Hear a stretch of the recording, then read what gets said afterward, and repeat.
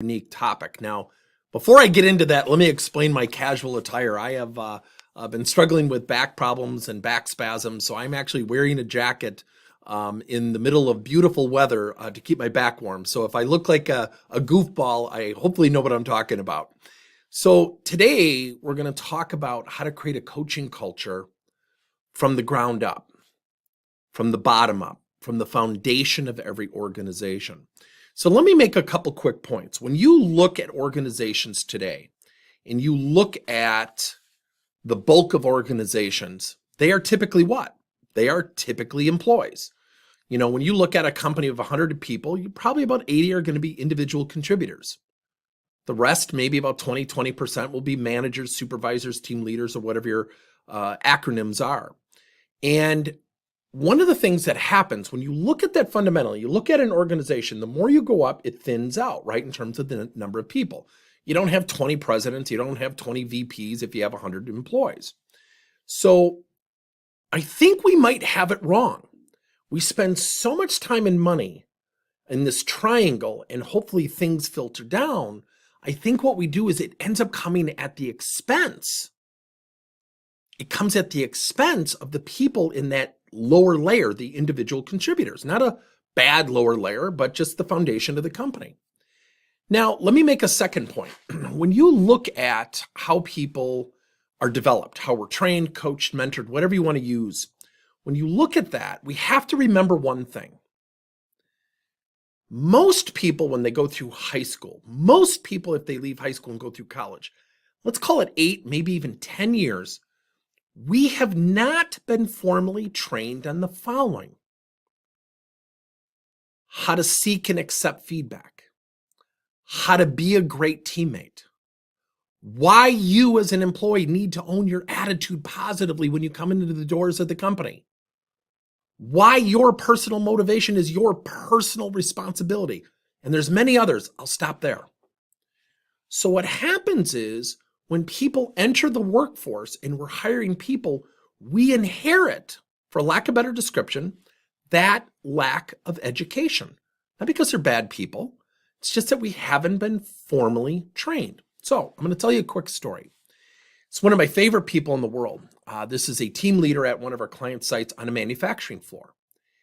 And every single time she would get feedback, she'd have this trigger. Yeah, but. And I finally stopped her. And I said, I'm going to challenge you. She said, okay. I said, Emily, are you ready? And that's your real name. I have permission to do this. And she said, sure. I said, I don't want you to respond. I think I've shared this in some other Wednesday workshops. I said, I'm going to give you feedback. I'm going to leave the room. I give her some feedback. And when I left the room, I said, now, I want you to think about what you're going to do to successfully counter that perception professionally and thoughtfully. Not why you agree or disagree with it. So I leave the room. I said, I'll be back in 2 minutes. I came back like 15 minutes later. And what was so funny about it is when I came back, she was a calmer self. And I'm going to give you a great question. She's a calmer self. I said, what did you come up with specific to what you're going to do to alter that perception successfully and professionally? She started to answer it pretty well, I might add. And I looked at her and I said, and here's the question, everybody. What did you learn about yourself you're positively committed to doing? Notice my cadence of speech. She said, I need to listen. I said, so what do you think interrupts your ability to receive feedback? She said, I get really angry if I disagree with the feedback. So I said to her, I said, well, Emily, what's the goal of feedback? And she stopped and she said, what do you mean? I said, what's the goal of feedback? I don't understand the question. I said, what's the goal of feedback? She said, I guess I don't know. I said, okay, it's to build awareness where you have an opportunity to improve. If you agree or disagree with it is really inconsequential, because if you're going to probably disagree with most of it, right? Especially if it's on the constructive side of the equation. She said, yeah. I said, so what if I hypothetically, and this is not the case, told you people really don't like to work with you, but I'm conditioned, and I don't want to give her feedback because she pushes back every single time. And I just let things run their course. Do you think things would get better or worse? And she said, worse. And I said, so why do you think it's important? Why do you think it personally is important to seek and accept feedback? She said, well, probably to broaden my horizons, broaden my perception of how people see me, broaden my ability. And I said, so when you are working with people and you're getting feedback and you're in that moment, I want you to answer this as honestly as you can. What's going through your mind? And she said, I'm ready to counter it. I said, so in essence, you cut yourself off from perception. Doesn't mean feedback's always right. So if 10 people say, I don't like working with her, doesn't mean I agree with them, yet I owe you the candor. I owe you the feedback.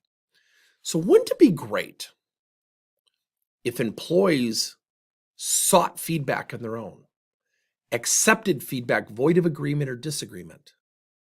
Wouldn't it be great if employees arbitrarily acknowledged their teammates for the good things that they did?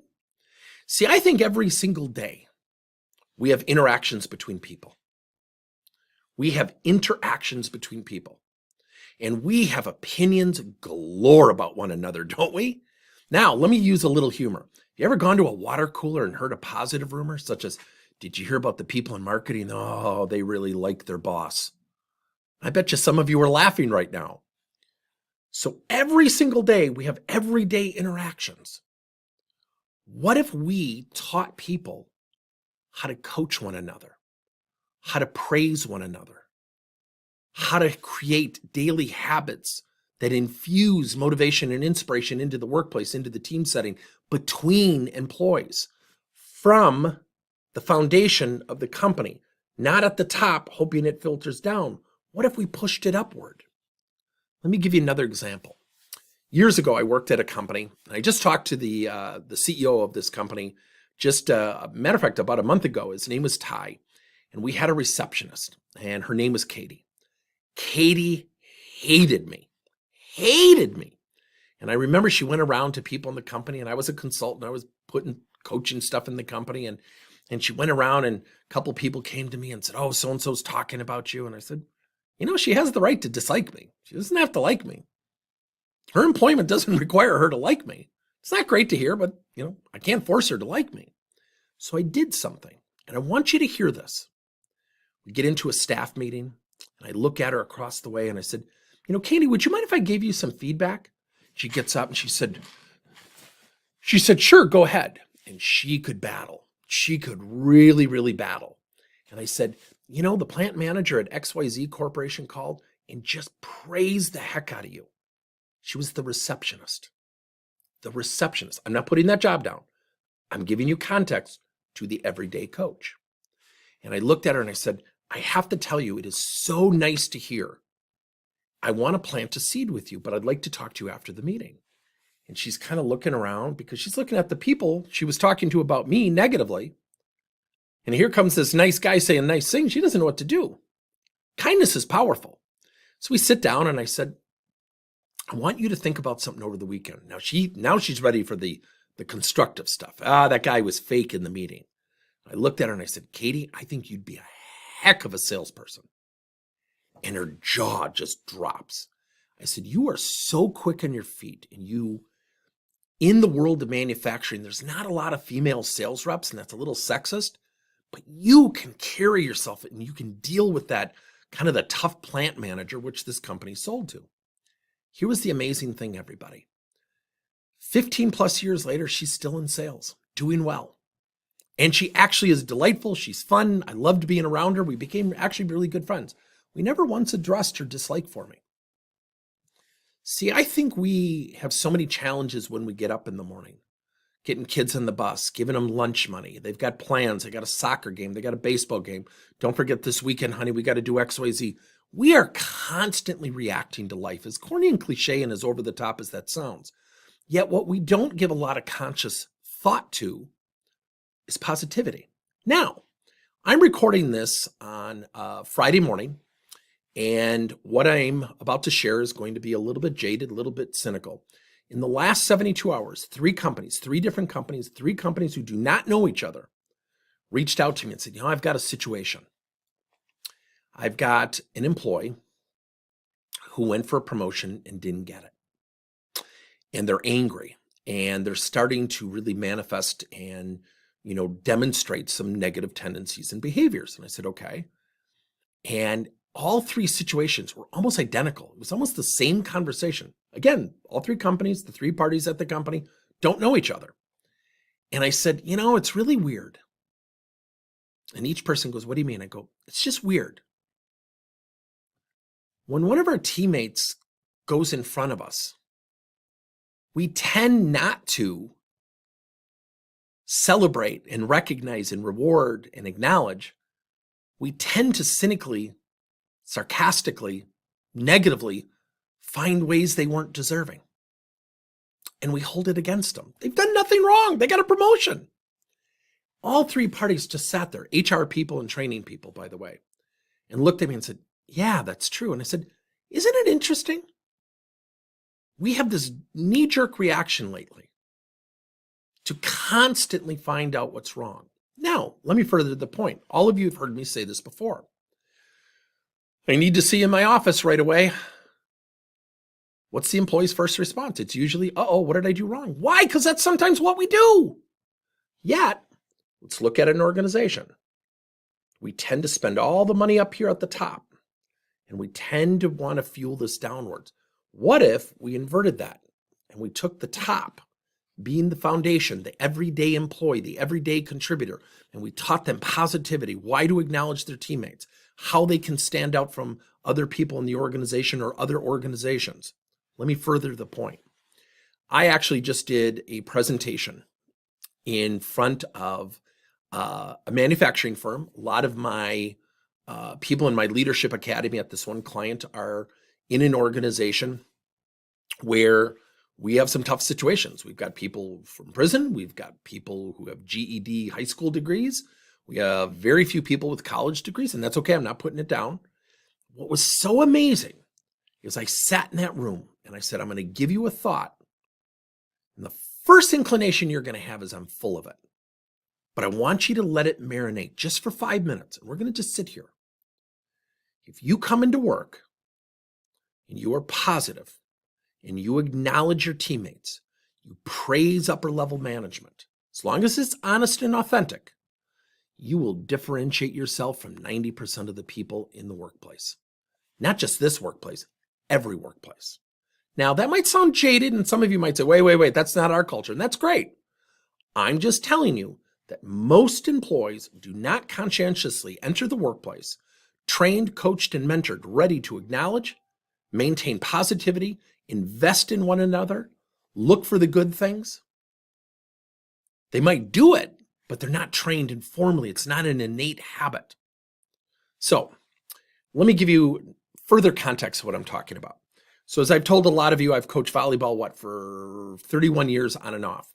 After every single match, and I started our local high school program, I did it knowing, think about this, taking a job knowing you're going to lose a lot. First 2 years, I knew we were going to lose a lot. But after every match, I asked the guys, so who played well last night? I didn't care if we won or lost, because I wanted them to talk positively about each other. I have leaders who do the same thing today. So if Sally and Tom are having discord, you don't want to be overzealous, but a good leader would say, well, Tom, what did you like about Sally's idea? Now Sally's hearing Tom talk positively about her. Sally, what did you think about Tom's feedback? Well, I thought that's great. Thanks, Tom. See, we get very conditioned to create these little pockets inside companies, inside communities. Yet, what if every employee at your company was trained on positivity, coaching, acknowledgement, asking questions, praising teammates, rewarding those who get promoted ahead of them?